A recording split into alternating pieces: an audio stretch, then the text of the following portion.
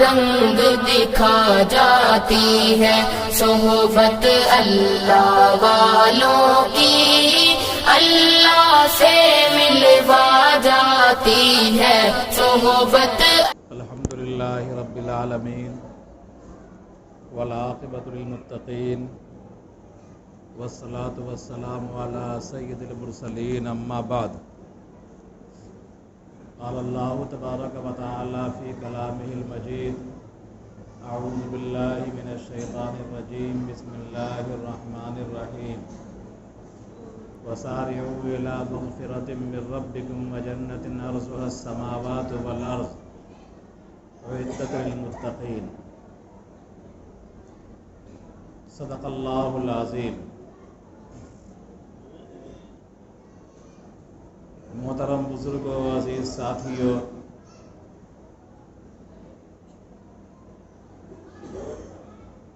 سب سے پہلے ہم کو اور آپ کو یہ بات سمجھ لینی چاہیے کہ آج ہم لوگ اس ماہ مبارک کا آخری جمعہ پڑھنے کے لیے مسجد میں جمع ہے۔ اس جمعہ کو رمضان المبارک کے پچھلے جمعوں کے مقابلے میں کوئی فضیلت الگ سے حاصل نہیں ہے۔ رمضان المبارک کے جو جمعے گزرے ہیں وہ جمعہ اور یہ جمعہ جو آج ہم پڑھ رہے ہیں یہ برابر ہے۔ عرف عام میں گرچہ اس کو جمعۃ الوداع کہا جاتا ہے، لیکن اس کی کوئی حیثیت نہیں ہے۔ شہروں میں چھوٹی عید اور بڑی عید کا تصور ہے۔ الوداعی جمعہ کو، جمعۃ الوداع کو چھوٹی عید کہتے ہیں، اور جو عید الفطر ہے اس کو بڑی عید کہتے ہیں۔ اس کی بھی کوئی حیثیت نہیں ہے۔ لہذا یہ جمعہ اور پچھلا جمعہ جو رمضان کا گزرا ہے دونوں برابر ہیں۔ اسی طرح جمعۃ الوداع میں جو خاص خطبہ پڑھا جاتا ہے، الوداع الوداع یا شہر رمضان والا خطبہ، اس خطبے کے تعلق سے بھی کوئی واضح روایات موجود نہیں ہے، کوئی روایت نہیں۔ قرون مشہود لہا بالخیر میں صحابہ کرام کے زمانے میں، تابعین کے زمانے میں، تبع تابعین کے زمانے میں، اور ائمہ علماء جو گزرے ہیں ان کے زمانے میں اس طرح کے خطبوں کا چلن نہیں ہے۔ کس نے یہ خطبہ شروع کیا اس کا کوئی علم نہیں ہے۔ لہذا ہمارے علماء دیوبند جو محققین لوگ ہیں وہ احتیاط کرتے ہیں۔ ہم لوگ آخری عشرے میں ہیں، رمضان المبارک کے آخری عشرے میں ہیں اور آخری مرحلے میں ہیں۔ آخری عشرے کا بھی نصف گزر گیا ہے، اگلا نصف چل رہا ہے، اور آپ سب اچھی طرح واقف ہیں کہ یہ عشرہ مغفرت کا عشرہ ہے، آگ سے چھٹکارے کا عشرہ ہے، کہ اللہ تبارک و تعالی جہنم سے چھٹکارے کا اعلان فرماتے ہیں اس آخری عشرے میں۔ لہذا اس اعتبار سے اس کی اہمیت بڑھ جاتی ہے کہ اس میں اعتکاف بھی کرتے ہیں۔ اہمیت اور بڑھ جاتی ہے کہ اس میں لیلۃ القدر بھی ہے۔ لیلۃ القدر کے بارے میں تفصیلی بات آپ کے سامنے آئی، اچھی طرح جانتے ہیں۔ جناب نبی کریم صلی اللہ علیہ وسلم نے ایک موقع پر ارشاد فرمایا تھا، حضرت انس رضی اللہ تعالیٰ عنہ راوی ہیں اور دوسرے صحابی سے بھی یہ حدیث مروی ہے کہ رمضان کی فضیلت پر آپ نے بیان کیا، خطبہ دیا، اس شہر کی عظمت کو بتلایا، اس مہینے کی عظمت کو بتلایا، اور کہا کہ اس میں لیلۃ القدر ہے۔ اور لیلۃ القدر کی عبادت سے جو محروم ہو گیا، لیلۃ القدر میں کچھ نہ کر سکا، وہ واقعی محروم ہو گیا۔ ہر طرح کے خیر سے، ہر طرح کی بھلائیوں سے وہ محروم ہو گیا۔ اور آگے جملہ ہے کہ لیلۃ القدر کے عبادت سے وہی محروم ہو سکتا ہے جو واقعی محروم ہی ہو، یعنی جو ہر اعتبار سے محروم ہو وہی لیلۃ القدر کی عبادتوں سے محروم ہو سکتا ہے۔ حضرت عبادہ رضی اللہ تعالی عنہ ہیں، بیان کرتے ہیں کہ آپ صلی اللہ علیہ وسلم ایک مرتبہ باہر تشریف لائے لیلۃ القدر کی تعین کو بتلانے کے لیے، لیکن دو آدمیوں کے درمیان نزاع ہو رہا تھا، تنازع چل رہا تھا کسی بات کو لے کر۔ آپ صلی اللہ علیہ وسلم کے ذہن سے اس کی تعین اٹھا لی گئی۔ اس جھگڑے کے اثرات سے آپ کے ذہنوں سے وہ تعین اٹھا لی گئی۔ اللہ کی حکمت ہے، اللہ تبارک و تعالی بہت ساری چیزوں کو خفیہ چھوڑ دیتا ہے۔ تعین کر دیا تھا، بتلا دیا تھا، لیکن پھر تعین اٹھا لیا، ذہن سے وہ تاریخ اور وہ ایام نکل گئے۔ اللہ تبارک و تعالی کی جو حکمت چاہے کرے، بندوں کی مصلحت جس چیز میں اللہ تعالیٰ دیکھتا ہے اسی اعتبار سے فیصلہ کرتا ہے۔ جمعہ کے دن حدیث کے اندر آتا ہے کہ جمعہ کے دن ایک گھڑی ایسی آتی ہے، ہر جمعہ، جتنے جمعے آتے ہیں سال میں، جمعہ کے دن ایک گھڑی ایسی آتی ہے کہ اس گھڑی میں جو بھی دعا کر دے انسان قبول ہو جاتی ہے۔ اب اس گھڑی کی تعین معلوم نہیں ہے، وہ خطبے سے پہلے ہے، نماز کے بعد ہے، سورج کے غروب ہونے سے پہلے ہے، معلوم نہیں ہے۔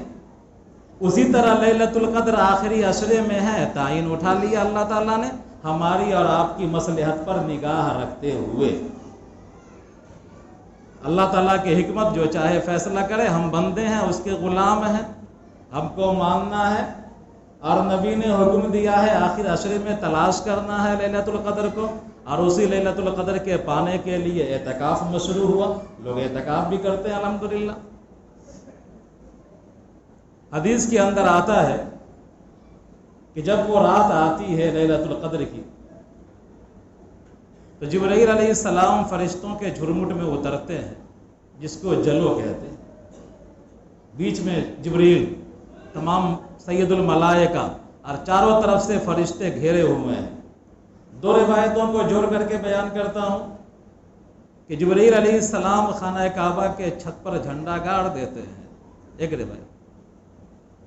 دوسری روایت میں ہے کہ فرشتوں کے ساتھ پھیل جاتے ہیں، اور دونوں کو ملانے سے یہ بات نکلتی ہے کہ جبرائیل علیہ السلام حکم دیتے ہیں، تمام فرشتے پھیل جاتے ہیں، ہر کچے مکان میں داخل ہوتے ہیں، ہر پکے مکان میں داخل ہوتے ہیں، اور ہر اس بندے سے جو بندہ کھڑا ہوا، بیٹھا ہوا، ذکر و اذکار کر رہا ہوتا ہے، تسبیح پڑھ رہا ہوتا ہے، نماز پڑھ رہا ہوتا ہے، تلاوت کر رہا ہوتا ہے، اللہ سے مانگ رہا ہوتا ہے، وہ اس کی طرف ہاتھ بڑھاتے ہیں فرشتے، ان سے مصافحہ کرتے ہیں فرشتے۔ اب کتنی سعادت کی بات ہے کہ اپنے گھر کے اندر ہم عبادت کر رہے ہوں اور فرشتے میرے گھر میں داخل ہو کر کے ہم سے مصافحہ کریں۔ ہم اللہ کے گھر کے اندر عبادت کر رہے ہوں، فرشتے ہم سے آ کر کے مصافحہ کریں، وہ نورانی مخلوق۔ ہم جھوپڑی میں ہوں، فرشتے ہمارے گھر میں آ کر کے مصافحہ کریں، پختہ مکان میں ہوں، ہمارے گھر میں آ کر کے مصافحہ کریں، حتیٰ کہ روایتوں کے اندر کشتی پر کوئی چل رہا ہے، سفر کر رہا ہے اور وہاں عبادت کر رہا ہے لیلۃ القدر میں، تو فرشتے وہاں بھی پہنچتے ہیں، پورے دنیا میں پھیلے ہوتے ہیں اور مصافحہ کرتے ہیں، اس کے لیے رحمت کی دعا کرتے ہیں۔ اب کتنے مبارک ہیں وہ لوگ اور کتنے خوش نصیب ہیں وہ لوگ جو آخر عشرے کی راتوں میں عبادتوں کا اہتمام کرتے ہیں، آخر عشرے میں اعتکاف کرتے ہیں۔ اور اعتکاف کے نتیجے میں شب قدر کو پا لیتے ہیں، گھنٹہ 2 گھنٹہ 4 گھنٹہ صحیح اللہ کو یاد کر لیتے ہیں، فرشتے کتنی بار ان سے مصافحہ کرتے ہوں گے اور فرشتے کتنی رحمت کی ان کے لیے دعا کرتے ہوں گے۔ ایک اعتکاف بھی اللہ کے یہاں مقبول ہو گیا، کافی ہے نجات کے لیے۔ لہذا انسان کو نیکی کی طرف سبقت کرنا چاہیے۔ یہی وجہ ہے کہ چونکہ آخری عشرے میں اللہ تبارک و تعالیٰ کی رحمت بے پناہ بندوں کی طرف متوجہ ہو جاتی ہے، پورا ملائے اعلیٰ، اب سید الملائکہ جبریل جیسا فرشتہ اور تمام نورانی مخلوق مسلمان بندوں کی خدمت میں لگی ہوئی ہے، پورا ملائے اعلیٰ انسان کی طرف مائل ہے اور پوری کائنات انسان کی طرف جھکی ہوئی ہے۔ یہی وجہ ہے کہ نبی کریم صلی اللہ علیہ وسلم آخر عشرے میں اپنی عبادت کو اور بڑھا دیتے تھے۔ روایتوں کے اندر آتا ہے، کل فضائل اعمال کے اندر روایت آئی ہے کہ آپ صلی اللہ علیہ وسلم کمر کس لیا کرتے تھے، جس کو آپ کہتے ہیں پھارا باندھ لینا، عبادات کے لیے اپنے ازار کو باندھ لیا کرتے تھے، پھارا باندھ لیا کرتے تھے، یعنی مکمل یکسو ہو جایا کرتے تھے آخری عشرے میں عبادت کے لیے، اور آخری عشرے میں سخاوت کو اور بڑھا دیا کرتے تھے۔ روایت کے اندر آتا ہے، صحابہ کرام بیان کرتے ہیں، یوں تو آپ صلی اللہ علیہ وسلم ہر زمانے میں ہر ایام میں سخاوت کا مظاہرہ کرتے تھے، لیکن رمضان المبارک میں اور وہ بھی آخر عشرے میں آپ کی سخاوت برکھا کی طرح برستی تھی، موسلادھار بارش کی طرح آپ کی سخاوت ہوتی تھی۔ تو آپ مالی عبادت بھی بڑھا دیا کرتے تھے اور آپ بدنی عبادت بھی بڑھا دیا کرتے تھے، حتیٰ کہ اپنے اہل و عیال کو بھی اٹھایا کرتے تھے، بیدار کیا کرتے تھے اور ان کو بھی عبادات کی طرف مائل کیا کرتے تھے۔ تو آپ صلی اللہ علیہ وسلم کا یہ عمل بتلاتا ہے کہ ہم کو اور آپ کو بھی آخر عشرے میں، جبکہ یہ مہمان جانے والا ہے، اپنی عبادت کو بڑھا دینا چاہیے، مالی عبادت کو بڑھا دینا چاہیے۔